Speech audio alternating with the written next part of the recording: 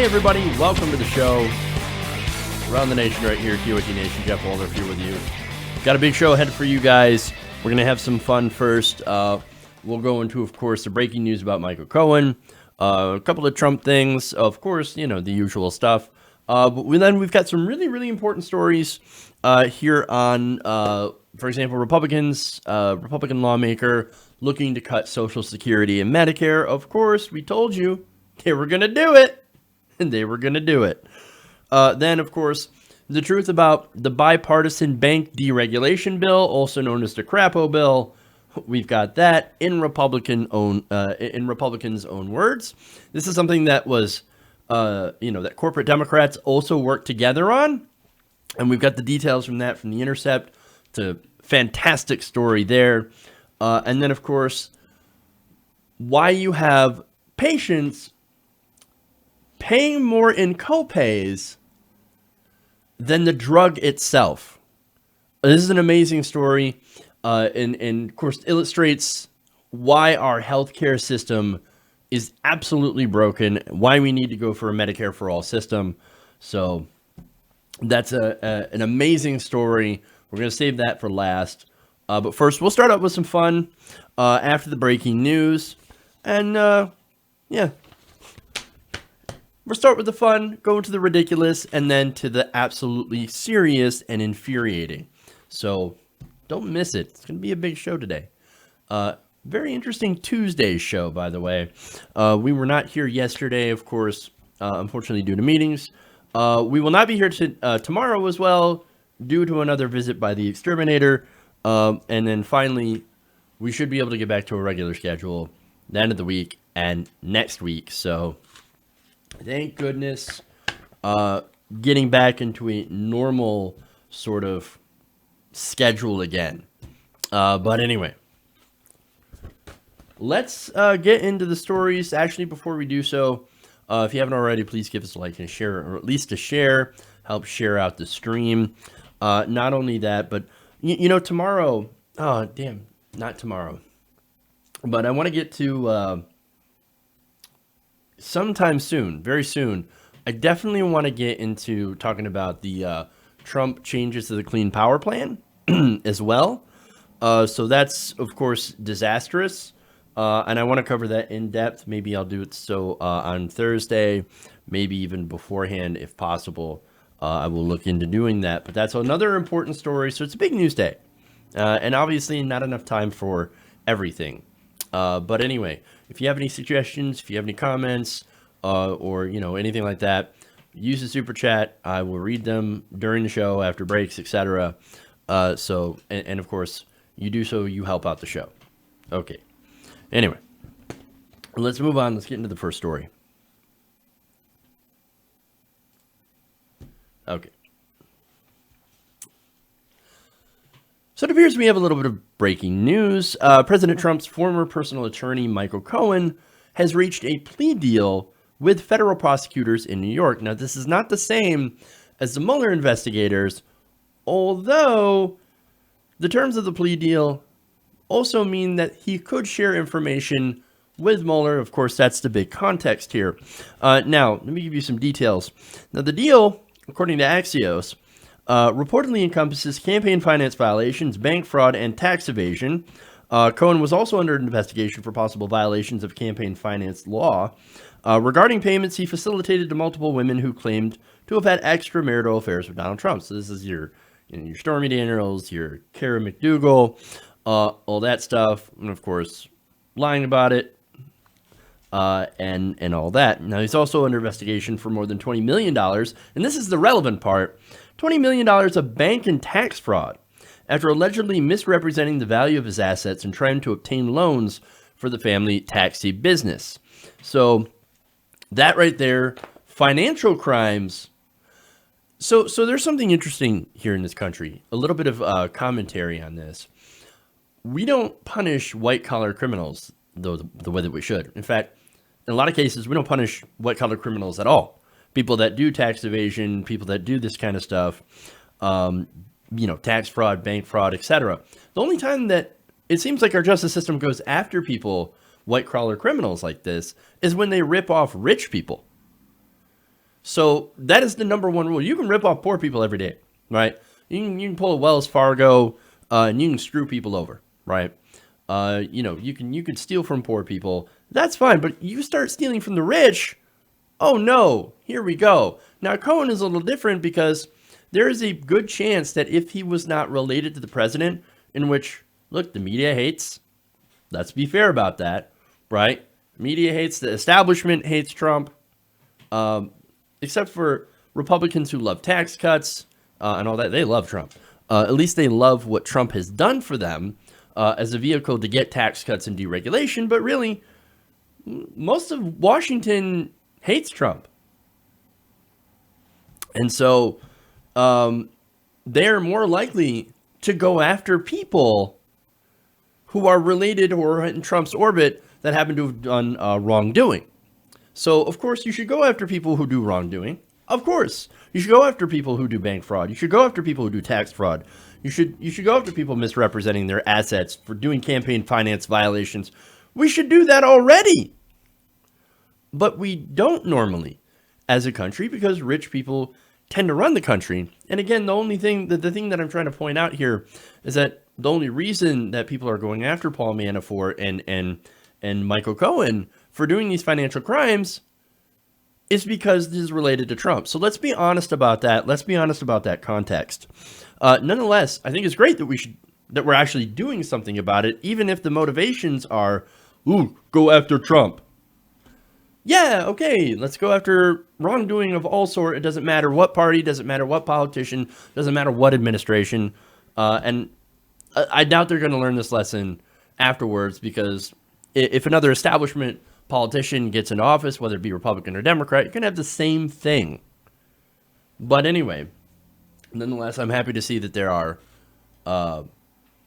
charges against people who do these wrongdoings. Now, on Trump, so this has some pretty big context. This is the person Manafort is trying to. I'm sorry, not Manafort. This is the person that Mueller wants the most, and Manafort, of course, right? But there's generally prosecutors don't do a plea deal with you unless you have something that they want. So if you have information that certain prosecutors want in certain cases, whether it be possibly Manafort, I don't know, or possibly anything to do with Donald Trump, well, then that's going to facilitate a plea deal. And that's what may have happened in this. But again, we don't have the details. The details are not yet clear yet on what exactly Cohen has on whomever. And I'm assuming Trump, I'm guessing Trump, I could be wrong about that. That's an assumption of mine. I think that Trump definitely did something involving money laundering or some sort of financial crime. Because look at who he surrounds himself with. People like Felix Sater. People like Michael Cohen, Paul Manafort, Michael Flynn. All these people that aren't potentially quite a bit of trouble. In fact, Manafort's on trial at this moment. So it's a good possibility that Cohen knows shady dealings, and there are certain prosecutors that might want to get their hands on some of these shady dealings or get to know what's going on. So that's why this could be absolutely relevant. As I said before, prosecutors in New York, these federal prosecutors, can share information with the Mueller investigation, which again is different. So, this could be bad. All right. So that's the breaking news on that. So let's go forward here. We'll talk about a couple of Trump's reactions. Okay.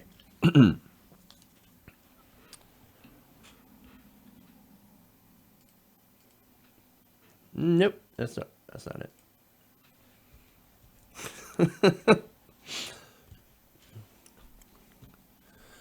So Rudy Giuliani has had a rough couple of days, given his gaffe. Truth is not truth. What does that even mean?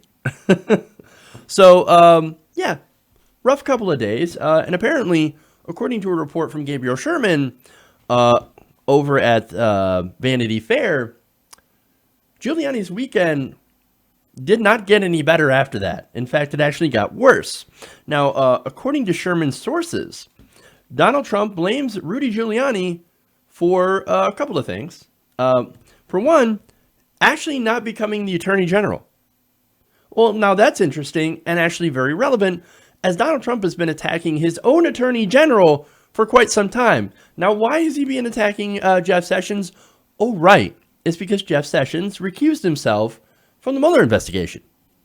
Now, Trump is under the impression, or seems to be under the impression, that the Justice Department is his own personal lawyer. That's not true. He was also under the impression that Don McGahn, the White House lawyer, was also supposed to be his personal lawyer and therefore protect him. In both those cases, he's completely wrong and he doesn't understand that, so he lashes out. Again, going after Don McGahn and going after Sessions. Now, Giuliani, the thing about Giuliani and why he's so angry is that, again, Giuliani did not take the role of Attorney General. Now, his logic goes, according to Sherman, Giuliani wouldn't have recused himself as Sessions did. Giuliani could have kept the president safe had he become the AG, or had he agreed to become Attorney General. Again, that's fascinating logic because, again, it goes down to, well, AG, he's supposed to protect the president, right? That you're my Attorney General, that you're my guy, you're supposed to protect me. I am the law. No, you're not. The AG is not your personal lawyer, okay? Your personal lawyer is your personal lawyer, and it turns out not even your personal lawyer was your personal lawyer. Turns out he was more serving himself because, guess what? He was taping your conversations. Oh, the people that he surrounds himself. I choose the best people, the greatest people. Now, anyway, let's get to the drums here. Now, a person described by Sherman is close to the Trump family. Again, okay, unnamed sources, whatever. And you can come back and say, well, it's not true. It's not true. Unnamed sources. Okay, fair enough. That source claims that the president is particularly furious with Giuliani because it appears that Special Counsel Robert Mueller's probe appears to be turning its attention towards Donald Trump Jr. Now, Donald Trump Jr., of course, set up the Trump Tower meeting with Russian government officials in order to try to get dirt on Hillary Clinton. That's been admitted, right? So we know that already. Now, a lot of what Trump is doing is based on the fact that Mueller is going after Don Jr. The source said they're squeezing Don Jr. right now. As they should. Adding to the tension in the White House, according to Sherman sources, is the fact that Trump is worried that White House counsel Don McGahn might be secretly ratting him out. And of course, that's why the White House has also been going after McGahn incredibly, viciously. So, look, anybody who's speaking out against Trump or is working with the Mueller investigation or any investigation into Trump or even speaking out is getting viciously attacked. Even people, like, here's the thing. They've got me kind of, and I hate being in this position. So, people that I don't normally like or associate with are being attacked by Donald Trump falsely and being retaliated against. A good example of that is John Brennan. I don't like anything John Brennan has done. I don't want to defend John Brennan at all. But it is fairly clear. And again, let me give you some context here into what I feel. I honestly, personally don't care if John Brennan has his security clearance stripped. I would rather he doesn't have it. Because I don't really care. I don't like anything about John Brennan. I don't like anything about James Clapper. But at the same time, you know that it's purely retaliatory what's going on. I'm going to strip your security clearance because I don't like you. I'm going to strip your security clearance because I don't like you. I'm going to come after you any way that I can because you're not saying nice things about me. You're saying mean things about me. So there's that, right? And again, I think that's too much of a defense of John Brennan. Because again, I despise John Brennan. Anyway, now, as far as McGahn goes, that's why you see the attacks, because he is nervous. He's like, oh my God, McGahn, he's supposed to be my personal lawyer. He's the White House lawyer. He's not your personal lawyer. Okay, he's not your personal lawyer. And he's so stupid. He thinks that that's true. That, no, he's my lawyer. He's ratting me out. Why is he ratting me out? It's probably because you told him things that you probably shouldn't, because he's not your personal lawyer. He's the White House lawyer. He's there to protect the interests of the White House as an institution, not Trump. Anyway, now, let's get to the best part, the Trump reaction here, right? Now, over the weekend, Jared Kushner, described Trump's mood as, quote, rip shit.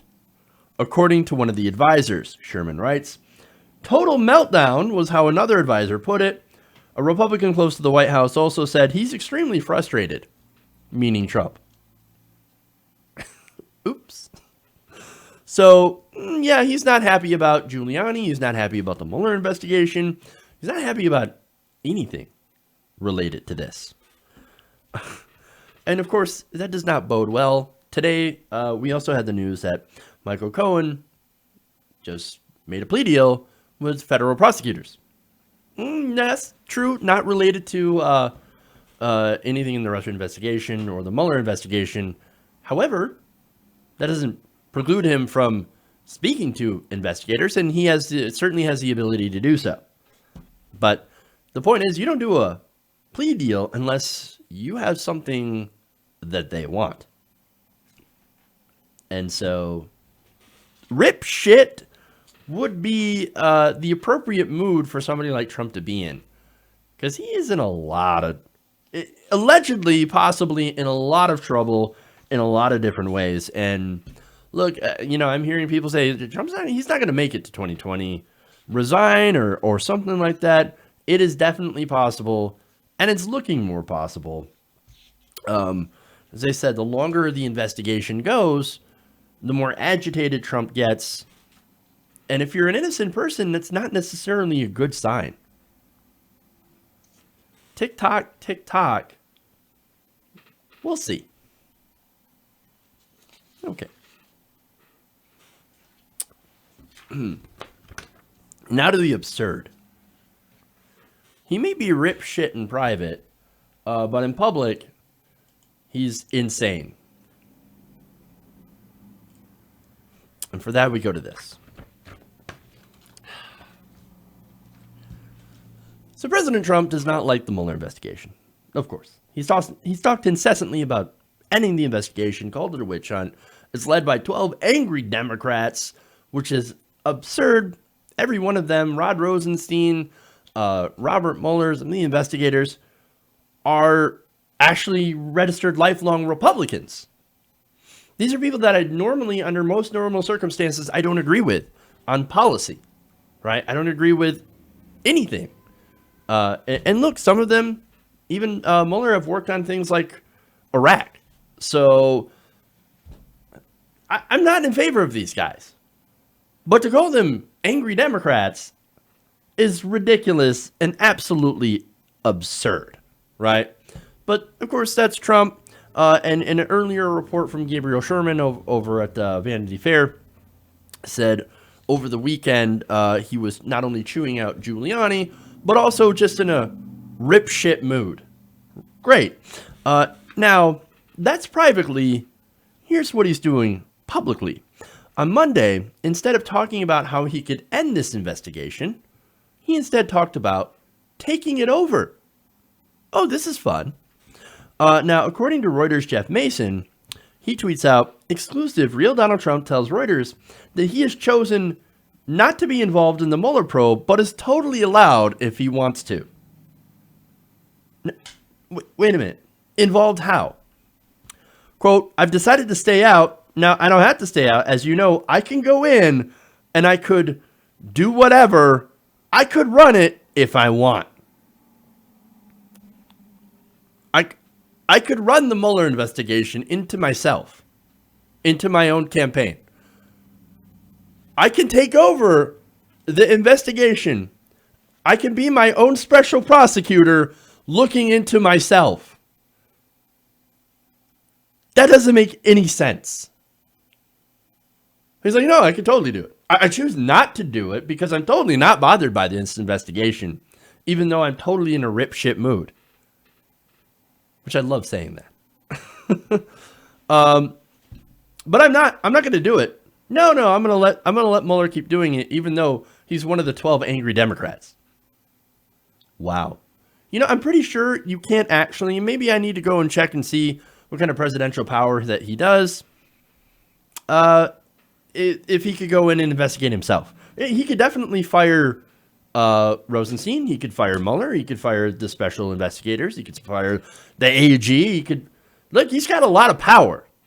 But running an investigation into himself, even if he can legally do that, which I guess he probably can,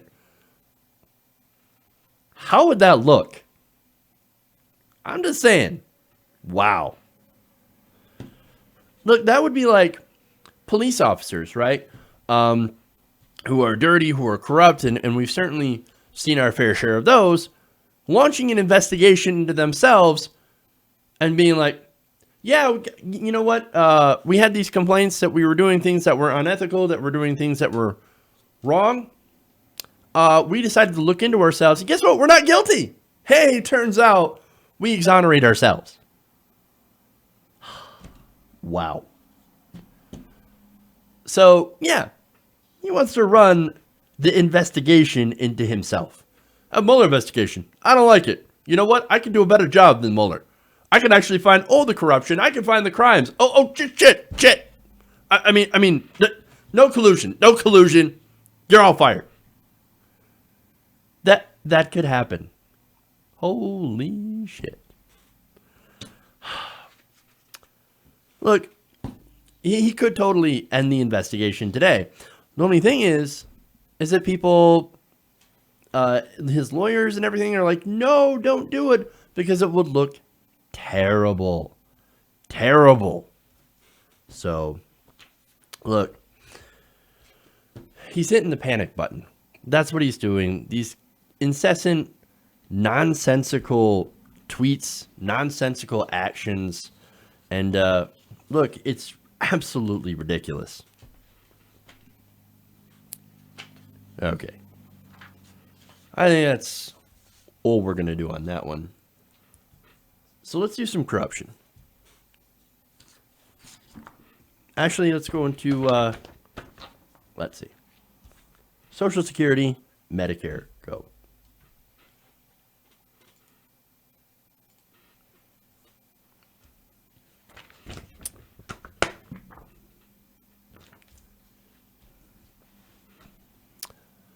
So Republicans are back at it again, this time floating the idea of cutting Medicare and Social Security. Here we go. Now, this is Representative Steve Stivers of Ohio, and on Monday, apparently he defended the GOP tax cuts, the $1.9 trillion tax cuts for the rich, and argued that we should overhaul Medicare and Social Security in order to reduce the deficit. Of course, this is something that we said was going to happen. They're going to pass gigantic tax cuts for the rich. They're going to pass them for corporations. And then they're going to say, what can we do? We're now broke. We're going to have to cut Medicare. We're going to have to, cut Social Security. Great. Now, Stivers told CNBC that the 2017 tax cuts will benefit the U.S. economy and lead to lower deficits than those currently projected. But wait a minute. If it's supposed to lead to lower deficits and grow the economy, then why are you talking about cutting Medicare and Social Security? We will get to that. Now, here's the thing. The projection, right? And this is projected levels, right? That projection contrasts with an estimate from the nonpartisan Congressional Budget Office, which now has downgraded recently its growth estimate for the economy. Hey, it turns out those tax cuts weren't actually effective at growing the economy, but you know what it actually did grow? The stock buybacks, the amount of stock buybacks, the amount of executive compensation, the amount of executive profit. Those are the only things that grew. Did it grow wages? No, wages are stagnant. Inflation is 2.8%. Wage growth, 2.7%. Yeah, unemployment may be down, but guess what? That doesn't mean anything if you're working at a job that makes it so that you can't actually afford to live.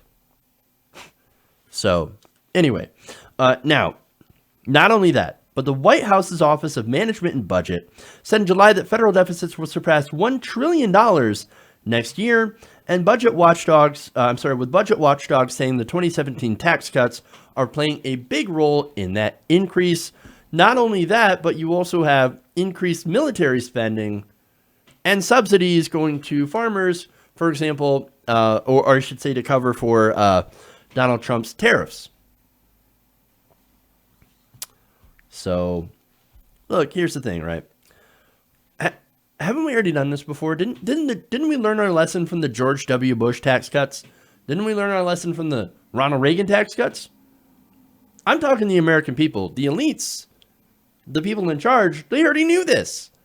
The whole point was to take money from the lower and middle and funnel it off to the rich. That was kind of the whole point. So, and of course, regular people, it seems like we haven't caught on, and I'm not sure why. Why a lot of Republicans still vote against their economic self-interest. And not only their own self-interest, but the interest of the country as a whole. Because again, without that money, without that revenue, we can't afford things. We can't afford things like fixing bridges, roads. We can't afford infrastructure. We can't afford to fix Flint's water. We can't afford to fix anything if we continue to have these gigantic tax cuts.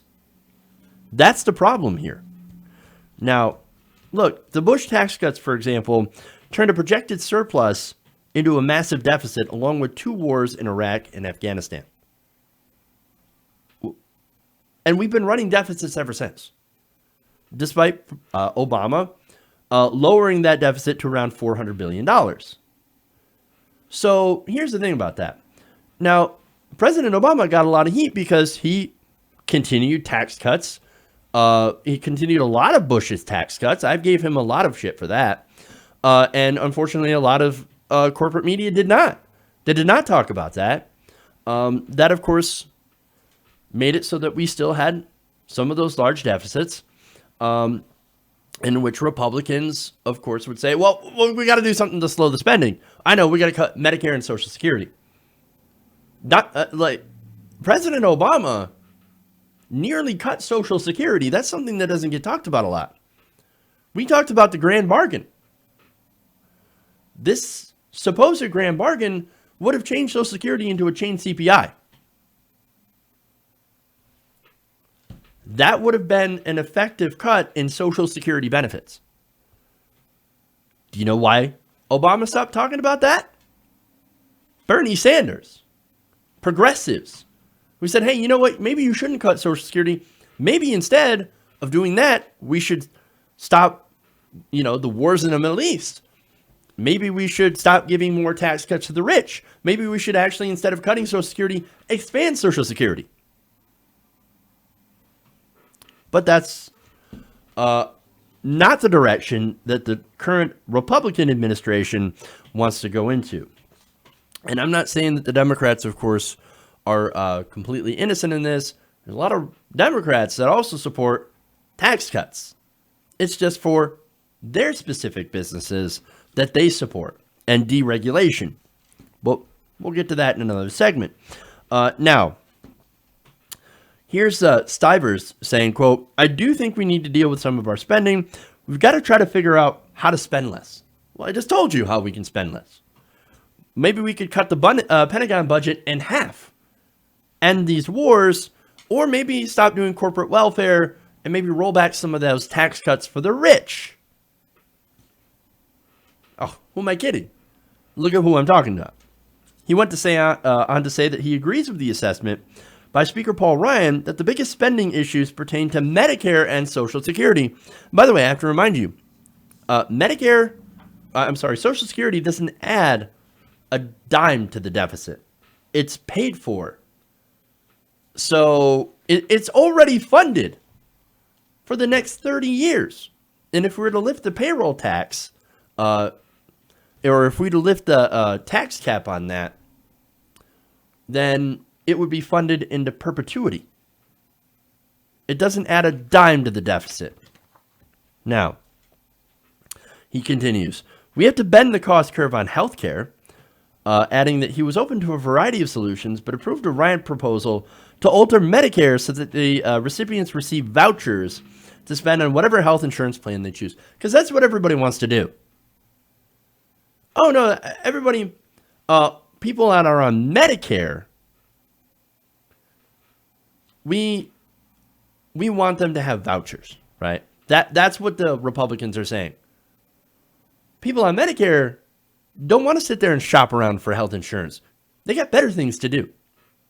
And that voucher, by the way, is not going to cover as much as Medicare does today. And Medicare right now already does not have enough funding, right? I'm sorry, does not cover the types of things that it should cover. That's why Bernie Sanders has an expanded Medicare for All plan, which actually covers some of the things that Medicare does not right now. Medicaid is actually the more superior health plan, but unfortunately it's not accessible. So really, if you want to get down to sort of the gritty specifics, it's more of maybe we should have a Medicaid for all. And that's sort of what Bernie Sanders' plan calls for, but just calling it Medicare for all instead. But anyway, now, here's the other thing, right? So why do we have to cut Medicare when it's actually far more efficient and cost effective than private insurance? But by the way, the government does subsidize private insurance. Why do we have to cut that? When it's actually cheaper, maybe we should actually go to a Medicare for all system that saves people money. Doesn't save the government money, saves people money. Saves everybody money.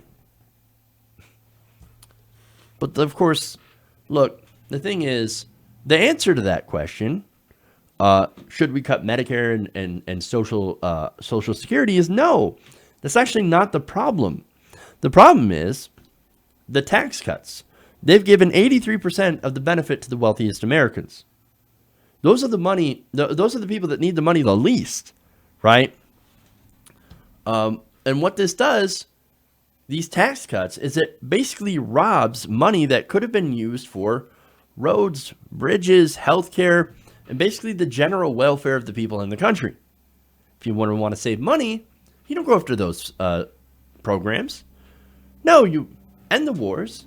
You cut the Pentagon budget. You tax the rich and corporations fairly. You institute Medicare for all, which is said before in studies, has been shown to save people money. And now, are they going to go in that direction? No, of course not. Now, I want to give you the justification here that Stivers comes up with in order to cut Medicare and Social Security.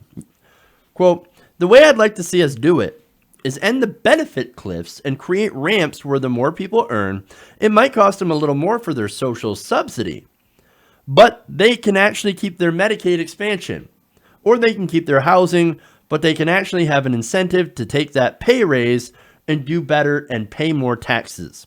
Now, here's the thing.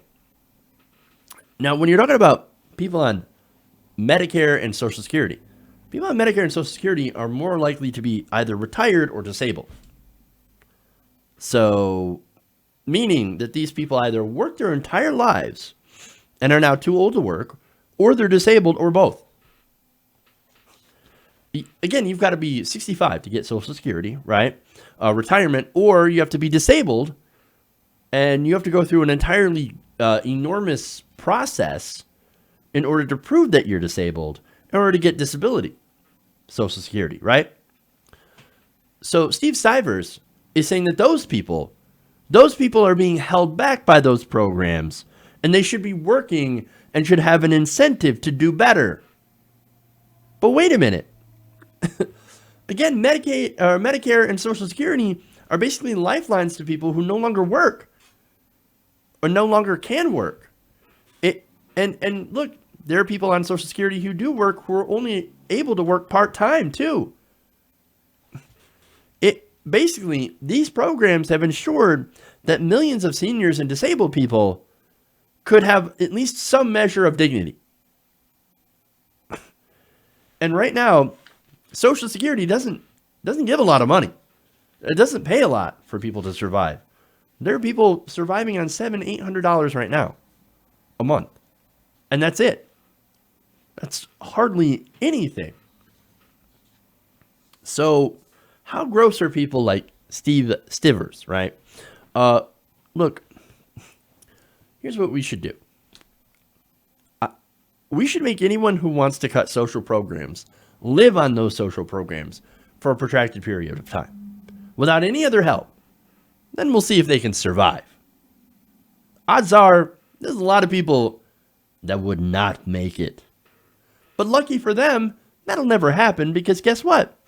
They're millionaires bankrolled by giant donors and corporations. They basically earned every penny by selling out to those corporations, whose only goal is, of course, to maximize profit. And that includes by cutting taxes on themselves, by deregulating so that they can go and pollute in that river because it saves them a couple bucks.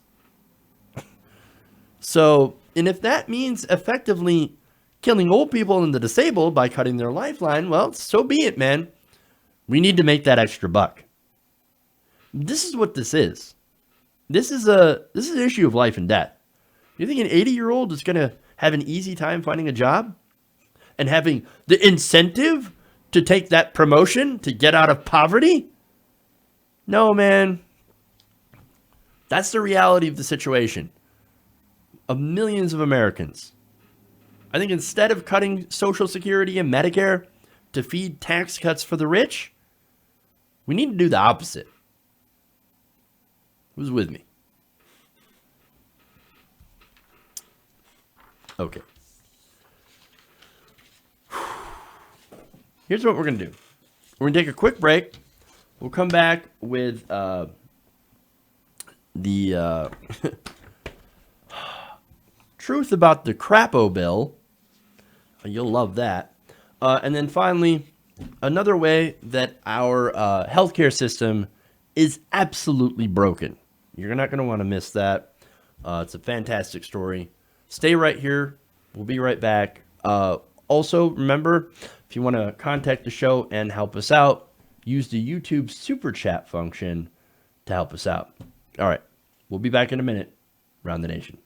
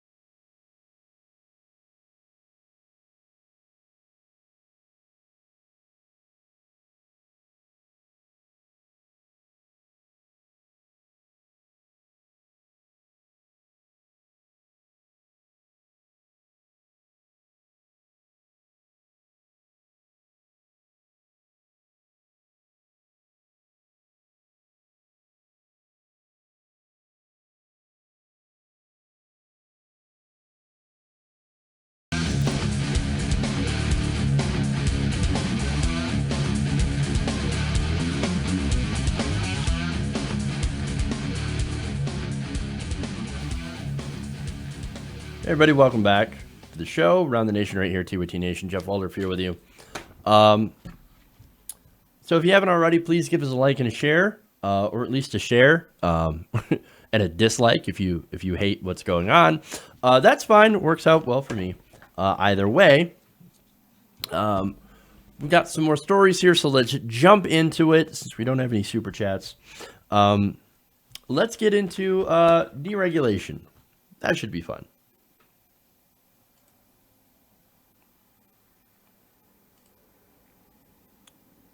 Where did it go? Do I seriously not have that? I will have to add that graphic in later. Okay.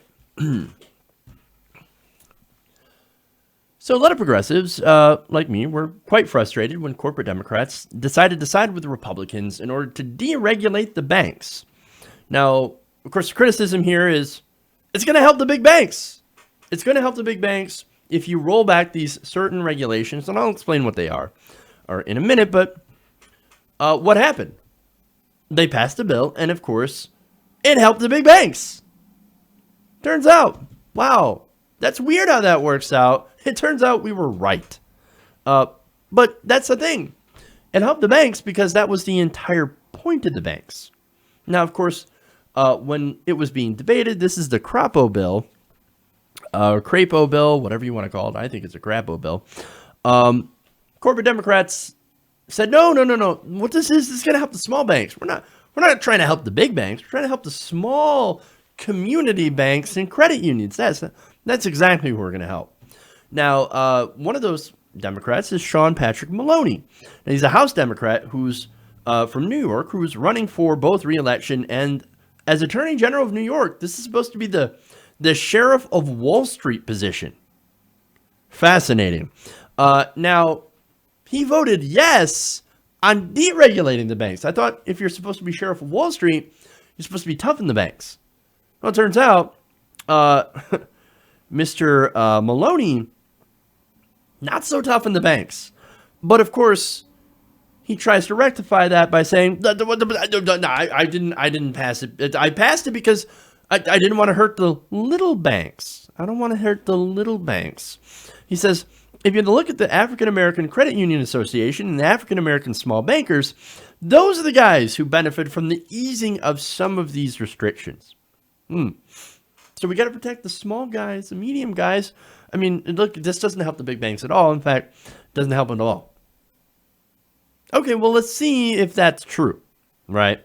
According to The Intercept, a letter sent by 7 Senate Republicans last week suggested that the law is trying to do precisely what its critics warned that it was going to happen, provide regulatory relief for some of the largest banks in the country. David Dayen writes, the letter headlined by Senate Banking Committee member David Perdue is a classic Washington document, signed by members of Congress but transparently prepared by lobbying groups looking to add congressional backing for their priorities.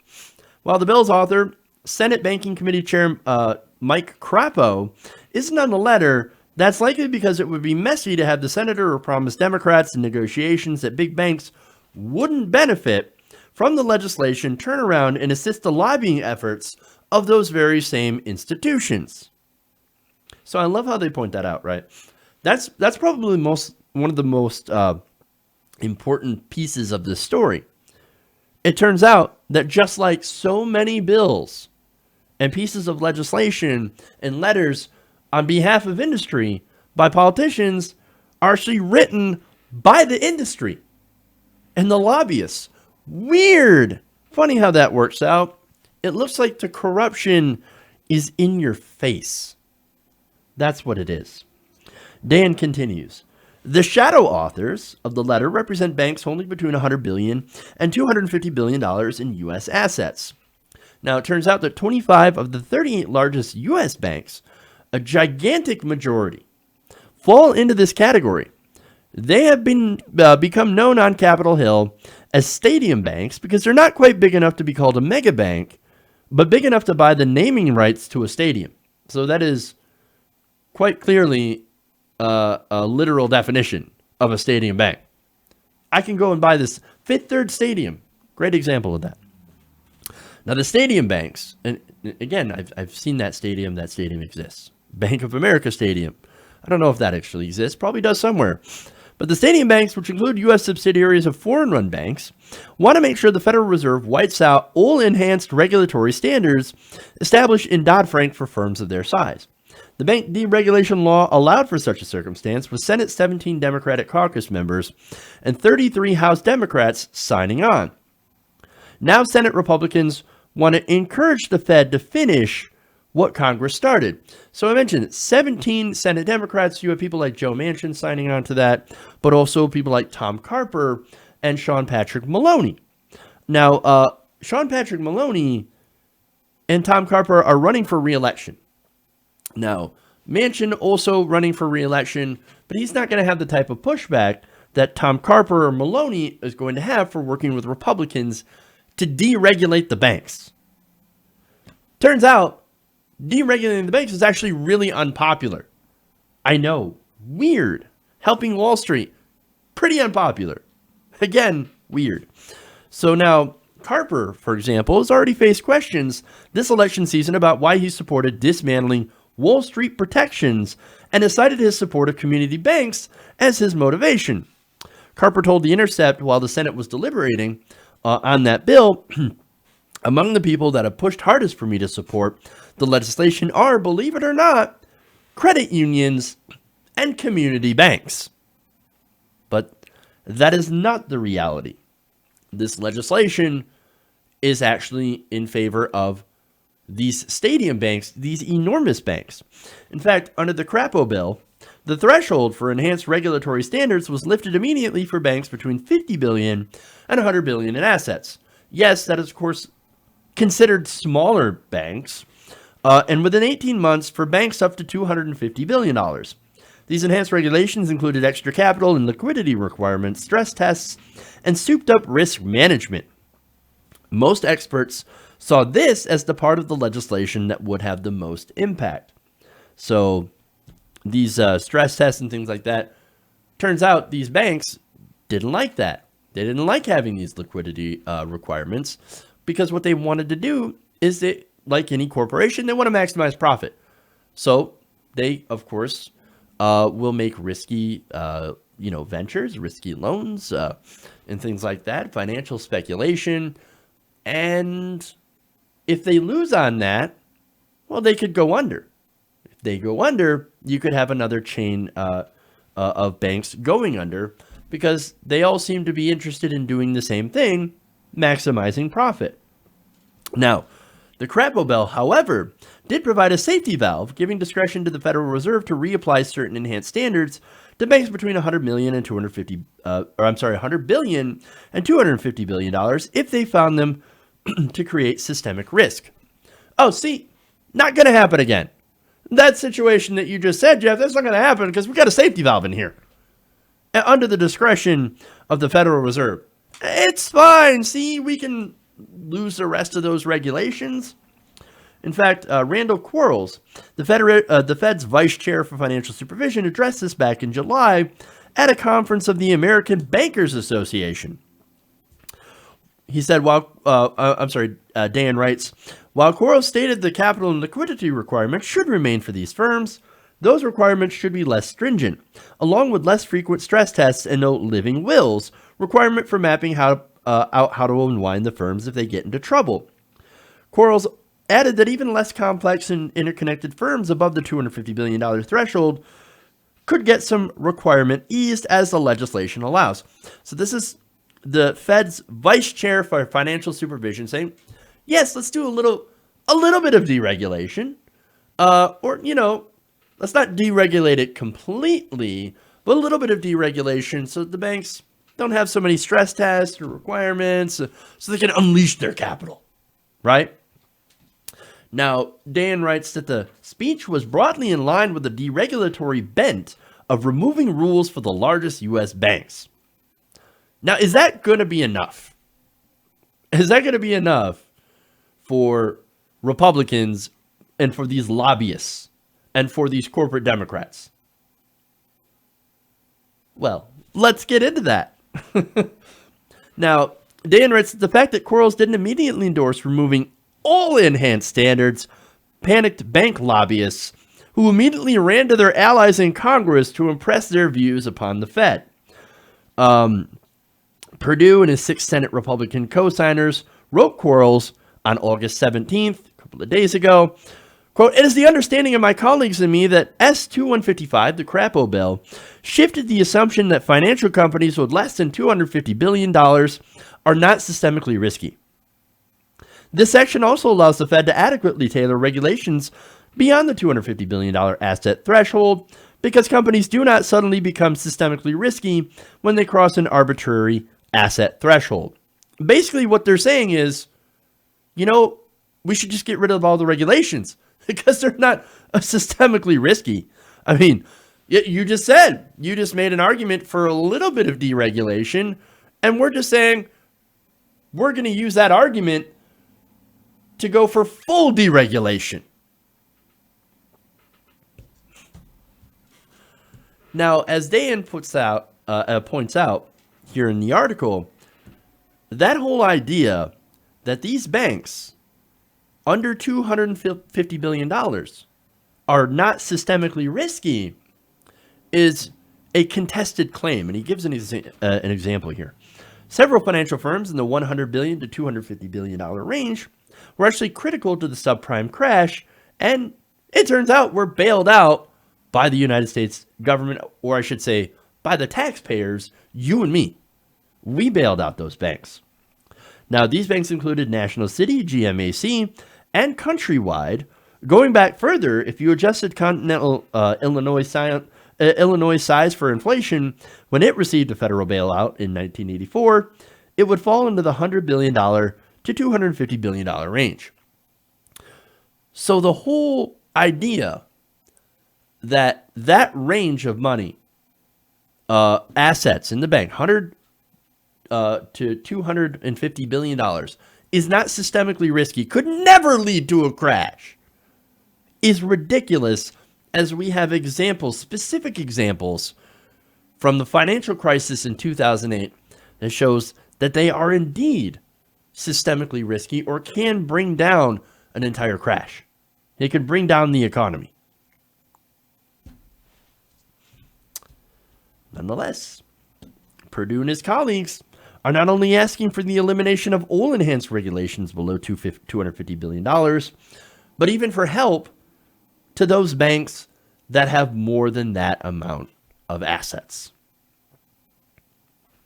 Kind of seems like this bill was supposed to help big banks. Sure, it also helps medium-sized banks, but it also helps the big banks, because that was the whole purpose. In fact, Senate Republicans want Federal Reserve administered tests completely eliminated for banks under $250 billion, as well as the main liquidity rule that ensures banks have enough cash to operate under a hazardous scenario. They also repeatedly indicate that they don't see arbitrary asset thresholds as sound, urging the Fed to lighten the rules above that threshold as well. And finally, it asks, the letter does, and therefore these Republican senators, they ask that foreign banks' U.S. operations receive comparable regulatory treatment to U.S. banks of the same size. Now, that would essentially have these foreign banks that operate in the United States have looser regulations than they would when they were operating in Europe or wherever they're from. I give Europe as an example because in some places in Europe, they actually do have better regulation of their financial sector. Well, of course, opponents of the bill warn that practically all foreign bank subsidiaries, everyone but HSBC, has less than $250 billion in assets, would get their regulatory standards loosened. Bill supporters like John Tester, Democrat from Montana, called this, quote, a myth. But his fellow supporters on the Republican side want to turn that so-called myth into reality. So now you have this deregulation bill that could make the reality of another financial crisis more likely. You have Democrats defending this. You have John Tester. I wouldn't be surprised if Joe Donnelly, who probably also signed on to this, Joe Manchin, Sean Patrick Maloney, all these 17 Democrats defending this bill. Why would they do that? Well, it's because, look, you got to follow the money. Big banks, turns out, gives to both Republicans and Democrats. I know.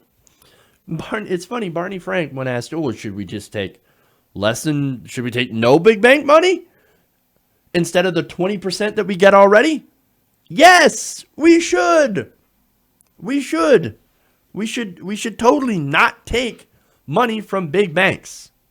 What they do is basically, look, 80% of that money goes to Republicans, right? Because Republicans will do the bidding of Wall Street and corporations. There's no doubt about that. We know that already. That 20%, it doesn't necessarily amount to a whole lot of money. But what it does is that it buys compliance. It tells these corporate Democrats, no, you're going to let Republicans do whatever they want. You're going to let Republicans deregulate our industry. You're going to let Republicans, lower our taxes. You're going to let Republicans get away with everything. And then your job, after you lose, is to come back to the American people and say, what can I do? The Republicans were in charge. That's what's going on here. Now, of course, some of you might be asking, why do you hate the banks so much, Jeff? Why? Well, let me go to a quote here from Dan.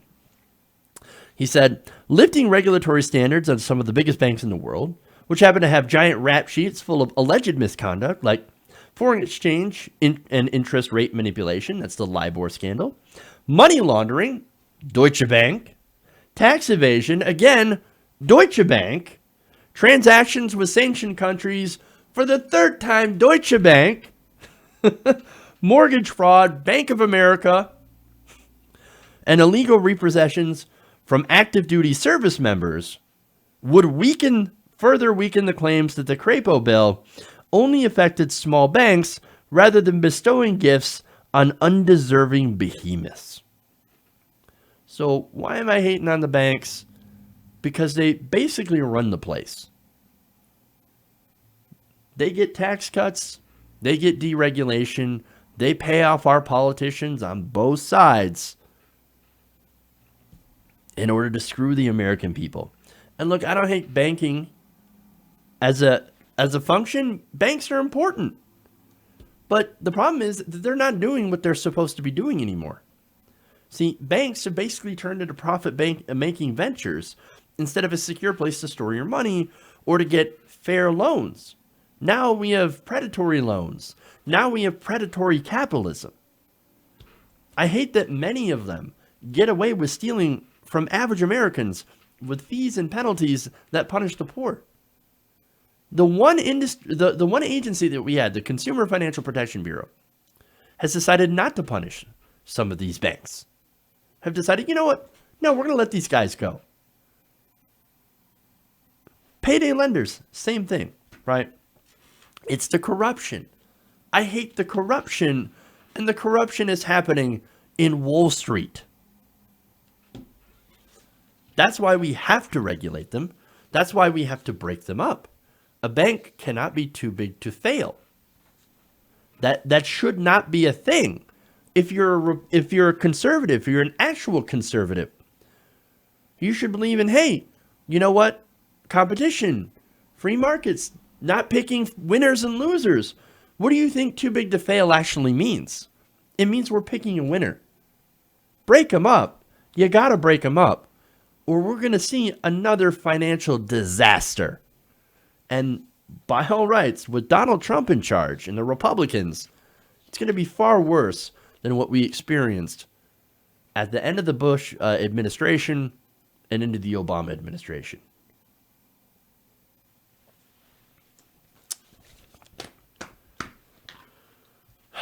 Okay. Let's move on here. Final story.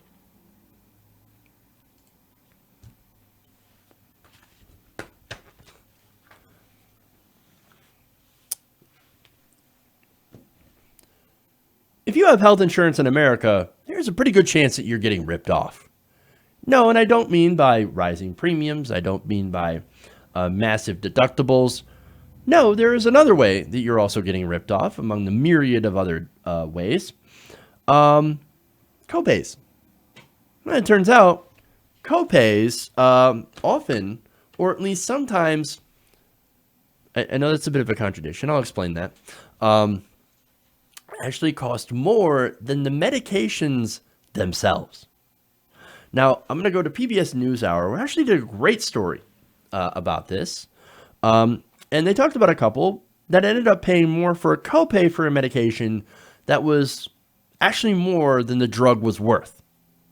Now, this couple, Gretchen Liu and Xing Ming Ma. Now, Xing Ming Ma is, of course, a former or a retired physicist. So it's not like they couldn't afford their medication, but nonetheless, they had some issues with expensive copays.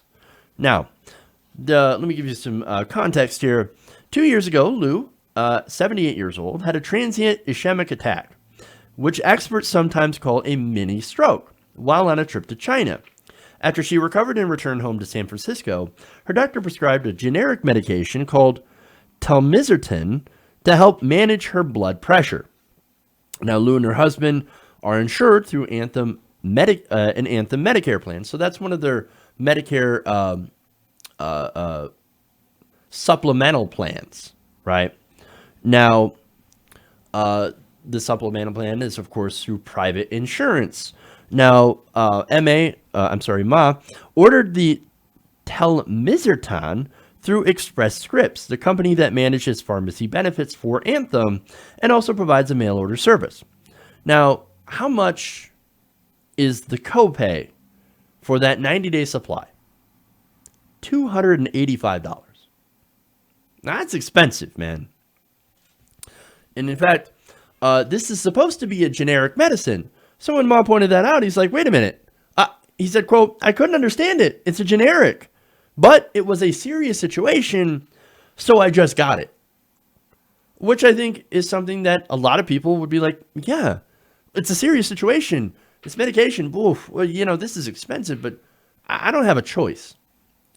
They kind of got us over a barrel. And that's unfortunately indicative of our entire healthcare system. They got you over a barrel. What are you going to do? Not take it?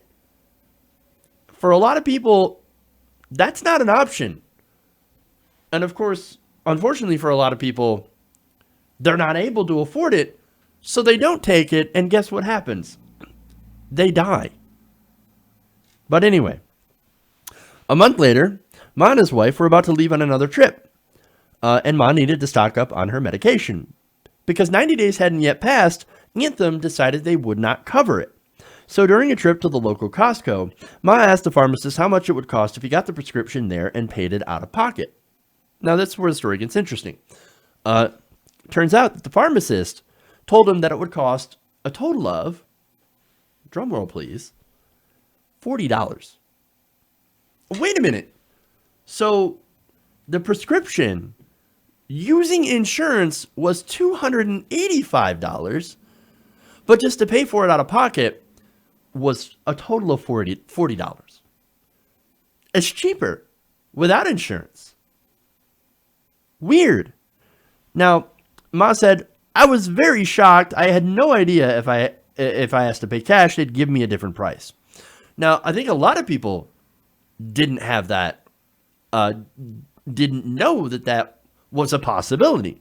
But it turns out it actually happens fairly often. In fact, according to a study published in March by the University of Southern California Schaefer Center for Health Policy and Economics, insurance copays are higher than the cost of drugs about 25% of the time. So that is a quarter of the time the drug is actually cheaper than the copay. USC researchers analyzed 9.5 million prescriptions filled during the first half of 2013. They compared the copay amount to what the pharmacy was reimbursed for the medication and found that in cases where the copay was higher, the overpayments averaged a total of $7.69, which totals to about $135 million that year. Now, USC economist Karen Van Nuys, a lead author of the study, had her own story of overpayment. She discovered she could buy a 1-year supply of her generic heart medication for $35 out of pocket instead of $120 using her health insurance.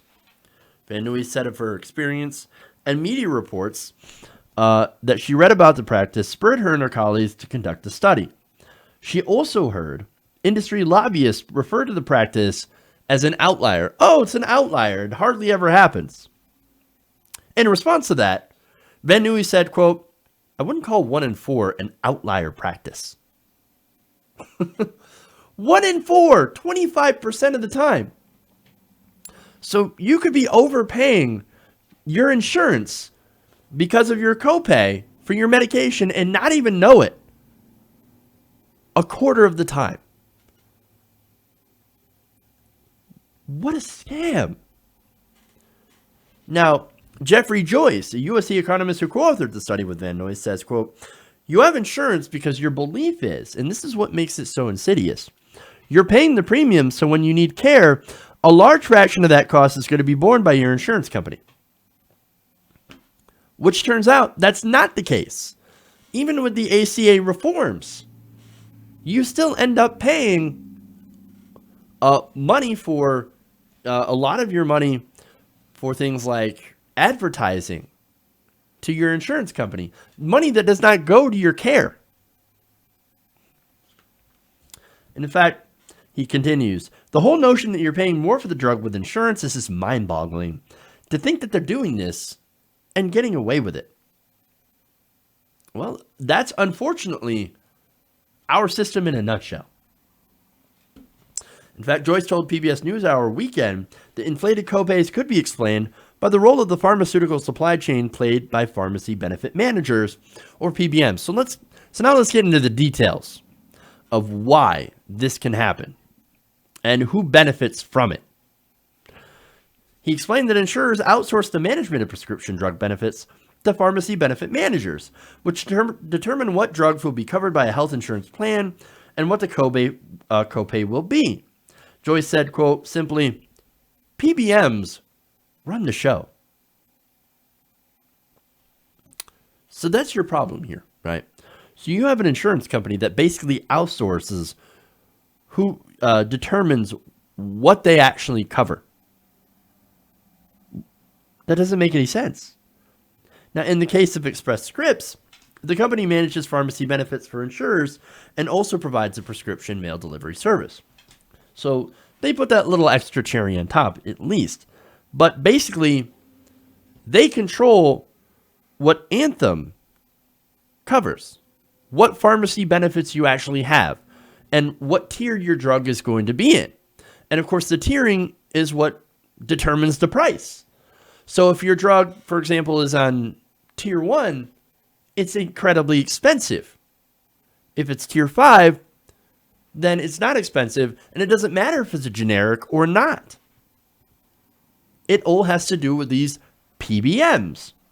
Now, Express Scripts spokesperson Brian Henry confirmed to PBS NewsHour Weekend the $285 copay that Ma paid in 2016 for his wife's telmesartan was correct, but didn't provide an explanation as to why it was so much higher than the $40 Costco price.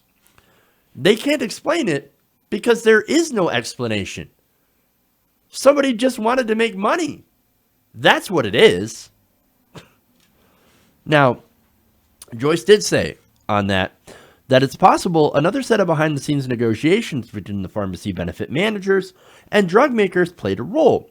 He explained that drug manufacturers will make payments to pharmacy benefit managers called rebates. Rebates. Now, what are rebates? Well, apparently they help determine where a drug will be placed on the health plan's formulary. Formularies often have tiers, which is what I was explaining earlier, that determine what the copay will be, with the tier 1 drug often being the cheapest, So I kind of had that mixed around. And the higher tiers being more expensive. Pharmacy benefit managers, however, and this is where the grift comes in, usually take a cut of the rebate and then pass them on to the insurer. Insurers say they use the money to lower costs for patients. Sure. Oh, no, sure they do.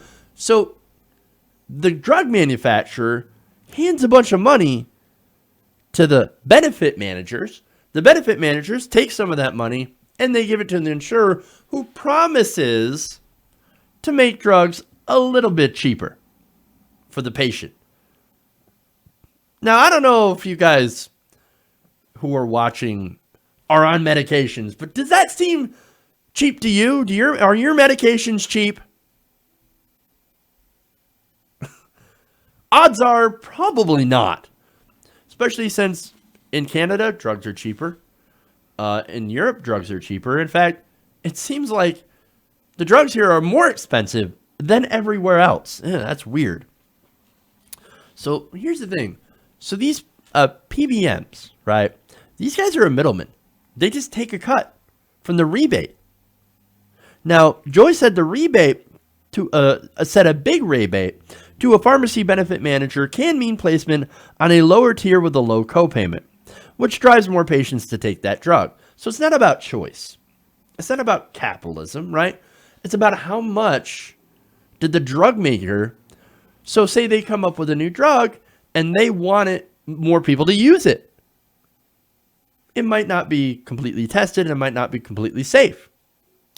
But they really want to sell this drug. So they go, hey, here's what we're going to do. We're going to give you a rebate. Put us on a lower tier so that more people will use it. Now, the problem with that is that actually there's a lot of different problems with that. I think just one of them is, again, what if you're not prescribed that medication? You're prescribed something different that ends up in a higher tier. You're out of luck.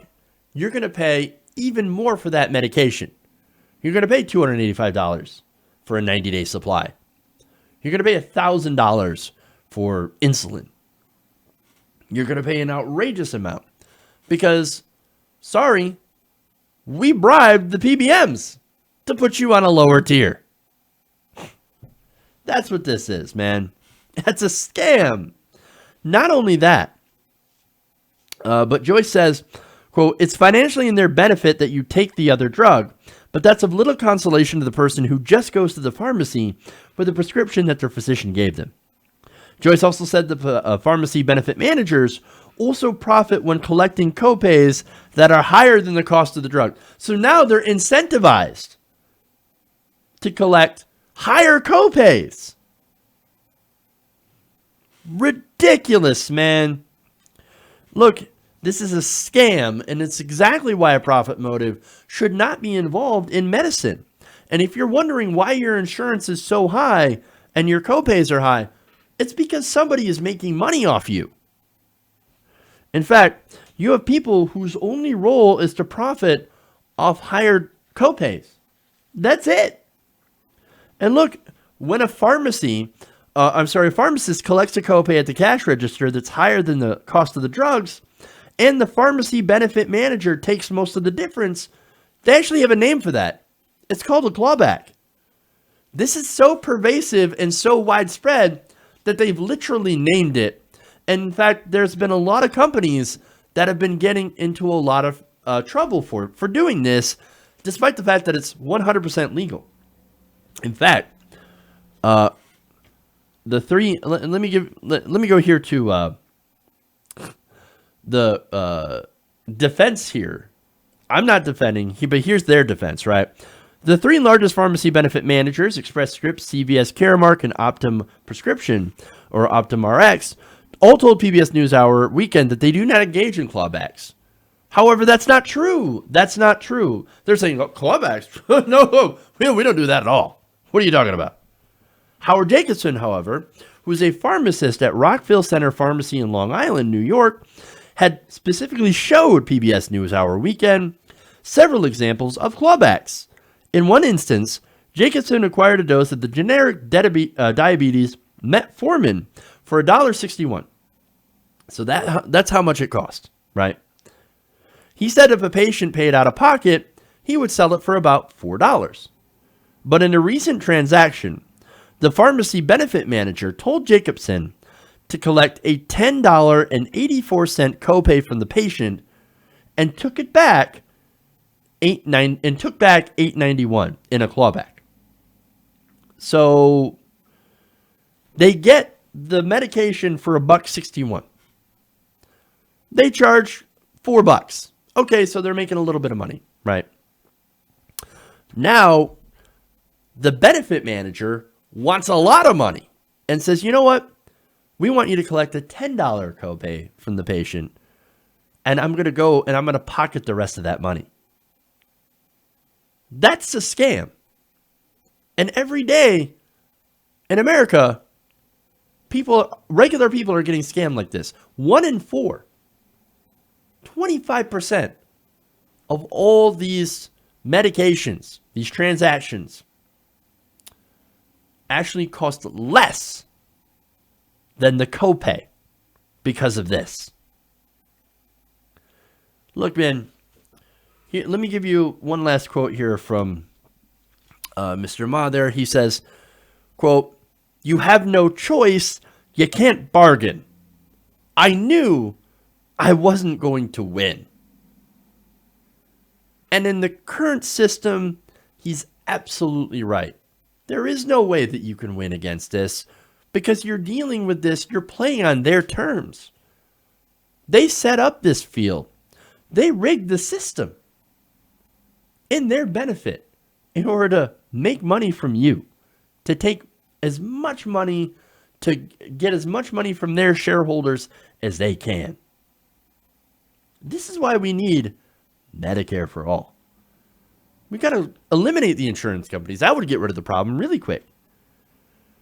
How about you let, instead of these intermediaries, which pocket some of that money, why don't we have Medicare directly negotiate with the drug manufacturers? That would make sense.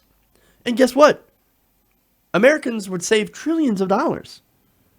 And people would actually get the medications that they need without copays, without padding somebody's pocket. Wouldn't that be amazing? Because right now, the current system that we have is rigged against you. When you pay more in copays than the drug is worth, which happens a quarter of the time, somebody pockets that difference. They put it in their pockets for no other reason except for the fact that they can, and they can get away with it. It's time to get a new system. A new system that serves people and not corporations. I think I am fairly clear here. All right. That's it for the show today. Man. If you haven't already, please give us a like and share. Appreciate it. Also, consider going and liking and sharing the clips later on. You know, I'm not going to be shocked if this video does terrible. As far as the prescription stuff, maybe. The corruption stuff, probably terrible. But the Trump stuff will do great. Weird how that happens. So if you can give me a boost some of the other stuff, I'd appreciate that. So that said, you want to support the show, please go and do that.